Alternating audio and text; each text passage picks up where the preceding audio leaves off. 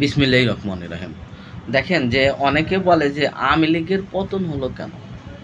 আওয়ামী লীগের কীভাবে পতন হলো? আপনি একটা জিনিস দেখেন যে ২০০৯ সালে আওয়ামী লীগের যখন সরকার গঠন করে, জনগণ কল আওয়ামী লীগকে ভোট দেয় এবং ভোটের মাধ্যমে ২০০৯ সালে ক্ষমতায় গঠন করে। কিন্তু ২০০৯ সালে ক্ষমতা গঠন করার পরে ২০০৯ সালের আগে শেখ হাসিনা বা আওয়ামী লীগ নিয়ে নেতাদের যে চরিত্র ছিল, ২০০৯ সালের পরে শেখ হাসিনা বা আওয়ামী লীগের নেতাদের আসল চেহারা বাহির হয়ে যায়। তার যে একটা ভয়ঙ্কর চেহারা, এই ভয়ঙ্কর চেহারার রূপগুলো জনগণ দেখতে চায়। ২০১৪ সাল, ২০১৯ সাল আপনার অবৈধ নির্বাচন, ২০২৪ সালে একা নির্বাচন, গায়ের জোরে যাকে বলে নির্বাচন, প্রশাসনের নির্বাচন। আপনি একটা জিনিস দেখুন যে বাংলাদেশের সংবিধানে যদি দেখেন, বাংলাদেশের সংবিধানের নিয়ম কি যে সব দলকে নিয়ে একটা নির্বাচন আয়োজন করা।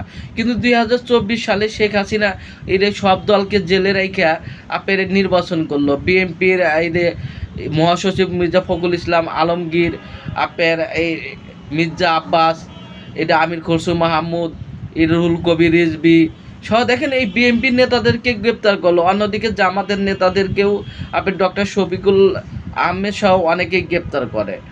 আপনার এই যে রাজনৈতিক নেতাদের উপরে নির্যাতন এবং নিপীড়িত, যেটা হলো জনগণ সহ্য করে নাই। আপনি শুধু তাই নাই, এখন আওয়ামী লীগের নেতারা আপনার ফেরেস্তার মতন কথা বলে, মনে হয় যে এই যে আকাশ থেকে একটা মানে ফেরেস্তার নামতেছে, কত ভালো মানুষ।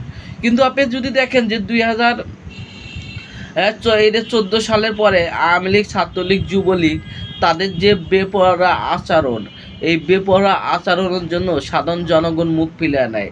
আপনি একটা জিনিস দেখেন যে গুলশান বনানী বা বাড়িধারায় যদি দেখেন, গুলশান বনানী ও বাড়িধারায় একটা ভিআইপি জায়গা, যে এটা হলো সুশীল সমাজ এবং বুদ্ধিজীবীরা বেশি থাকে। আপনি একটা জিনিস দেখেন এই গুলশানে এই ছাত্রলীগ, যুবলীগ, এই স্বেচ্ছাসেবক, কে বিচারপতি, কে সচিব, কে মন্ত্রী, কে আপনি পুলিশের এসপি, এদের কোল চেনে না। এই ছাত্রলীগের টোকায় এই সন্ত্রাসীরা এই বিচারপতির বাড়িতে যা হামলা করত, সচিবের বাড়িতে যে হামলা করত, তাদের বিপক্ষে গেলে দেখেন প্রশাসন আওয়ামী লীগের পক্ষে মুখ ফিরিয়ে নিয়েছিল। কারণ যে আওয়ামী লীগের, ছাত্রলীগ, যুবলীগরা তাদের যে আপনার সন্ত্রাসীর ভাবচারণ এবং জঙ্গি বানা, যেটা সাধারণ জনগণ মাইনে নিতে পারে নাই। আপনি ছাত্রলীগ, যুবলীগ বা আওয়ামী লীগের নেতারা গুলশান বনানী এমন কোনো বাড়িতে নাই যে অত্যাচার করে নাই। মানুষের জমি দখল, বাড়ি দখল,